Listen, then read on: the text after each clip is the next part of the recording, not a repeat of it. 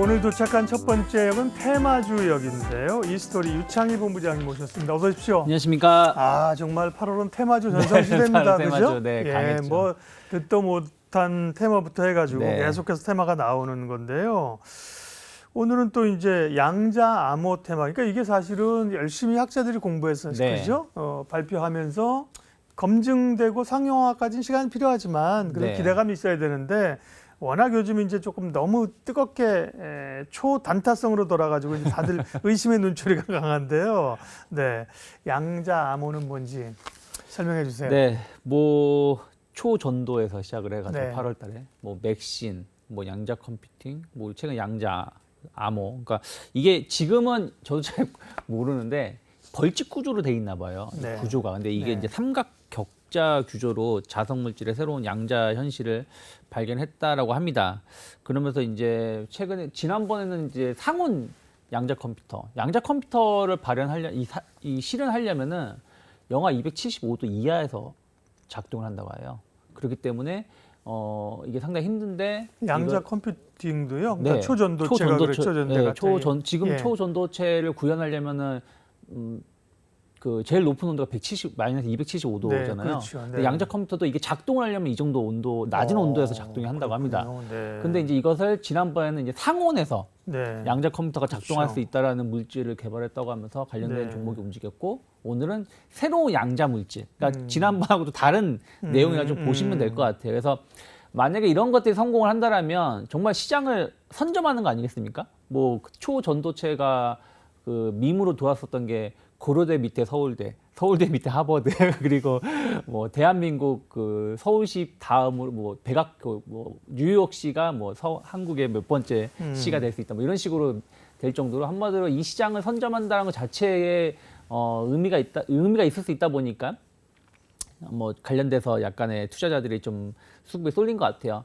중요한 거는 이제 모멘텀이 좀 부족하다 보니까, 그러니까 시장 모멘텀이 좀 없다 보니까 좀 이러한 거에 단기성 이슈들에 좀 수급에 쏠렸다 생각하고 있고, 양자 컴퓨터는 뭐 저도 약간 이제 영상을 좀 공부를 좀 해봤는데 그냥 잘 모르겠더라고요. 그냥 예를 들어서 이런 거죠. 네. 서울에서 부산 가는 길이 네. 수천 개의 길이 있을 수 있잖아요. 네. 국도 뭐 고속도로 해가지고. 근데 일반 컴퓨터는 이거를 일일이 다 계산을 해서 제일 빠른 길을 알려주는 거고, 양자 컴퓨터는 동시에 이것을 계산을 해서 하나를 도출해 준다는 것인데 네.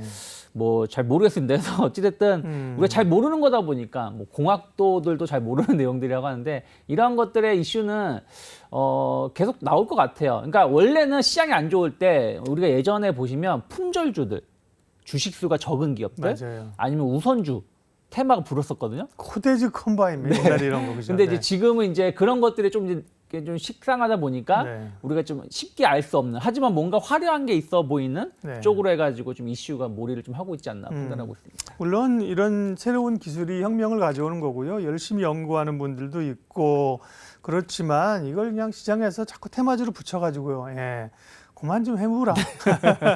그죠? 그런 생각이 그쵸. 살짝 들고요. 연구하시는 분들이나 이런 걸 폄훼하는 게 절대 아니고요. 그죠? 네. 쏠림이 있으니까. 네.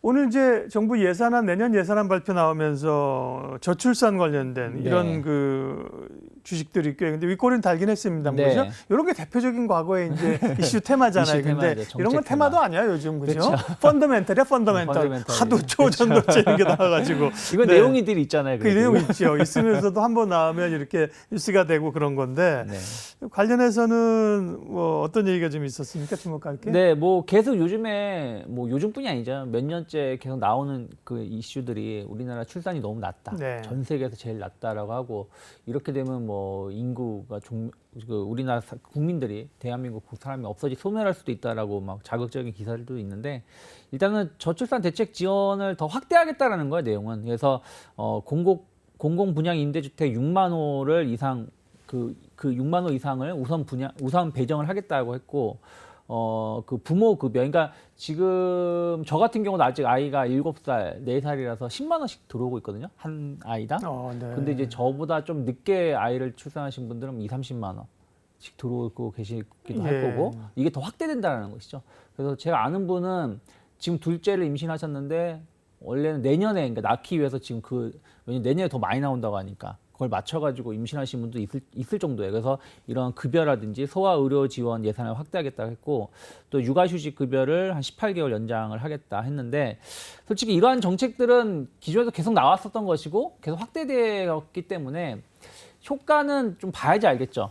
당장 아이라는 게 내일 뚝딱 나오는 게 아니라 최소 뭐 한 1년에서 2년 정도는 준비 기간이 필요한 거니까요. 그래서 조금 효과는 봐야 되는데 제가 보기에는 이걸로는 좀 부족하지 않을까. 실제 아이를 키우는 입장에서 그러니까요. 평가했을 때 그렇게 확 와닿는 건 아직 없다 생각하고 있고요. 한 달에 10만 원, 20만 원 주면 뭐 큰 돈이긴 합니다만 실제로 아이 키우는 분들은 그쵸. 그거 가지고 분유사로 가보세요, 그죠? 가정값도 안 나옵니다.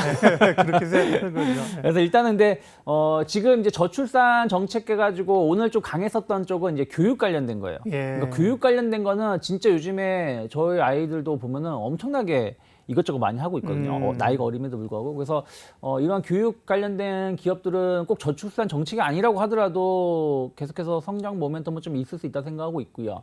다만 이제 유아용품 판매하는 기업들은 주가가 아침 많이 올랐다가 아가방 컴퍼니, 제로 투 세븐 이런 거예요, 그죠? 상습폭을 이제 반납하면서 마감을 했는데 네. 다만 이제 이쪽은 오히려 중국 소비에 대한 어떤 기대감들 가져갈 수 있지 않을까.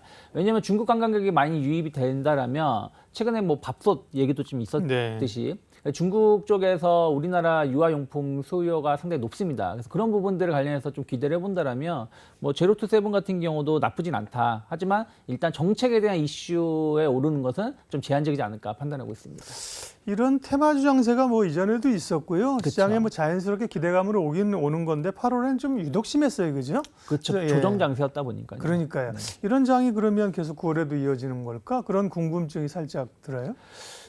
저는 일단 조정 장세는 어느 정도 좀 마무리되는 것이 아닌가. 네. 그러니까 물론 9월 달에도 큰 조정이 아예 없다는 말씀은 아니지만 일단 큰 조정은 일단 8월 달에 어느 정도 나왔다 생각하고 있고 지금 기간 조정을 잘 주는 와중이라면 의외로 9월 달에는 좀 안정적인 상승세가 나올 수 있지 않을까 생각을 좀 하고 있습니다. 최근에도 물론 어제 오늘 이틀만 가지고 단정 지을 수는 없지만 이틀 동안 보면 시장 질이 상당히 좋거든요. 그러니까 고르게 오르기도 했고 또 그러면서도 조금 더 치고 나갈 수 있는 기업들이 좀 나오고 있기 때문에 아무래도 시장이 좋다라면 이런 테마주 장세는 조금 제한적이지 않을까 판단을 좀 하고 있습니다. 기본적으로 조정 장세이기 때문에 제한적인 에너지로 테마 장세가 나타났다 이렇게 평가를 하시는 네. 거군요. 네. 그러면 이제 조정을 좀 끝나고 상승적으로 방향을 잡을 수 있다? 그러면 비중을 좀 실어요? 뭘 사요? 예. 저는 뭐 약간 조정 지금부터는 이제 좀 모아가신 전략도 나쁘지 않다. 네. 그러니까 물론 이제 모든 어떤 섹터를 좀 보냐에 좀 다르겠지만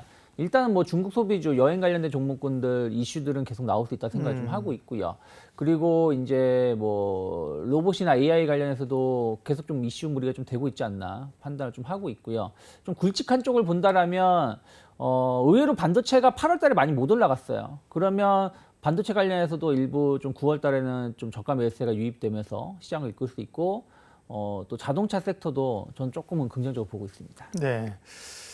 전반적으로 테마 장세 성격을 조정 장세로 규명하셨고요. 조금 이제 변화가 나타날 수 있는 흐름으로 전략을 주셨습니다. 테마주 흐름들 전략 살펴봤고요. 다음 역으로 이동하겠습니다. 이로운 경제 채널 EBC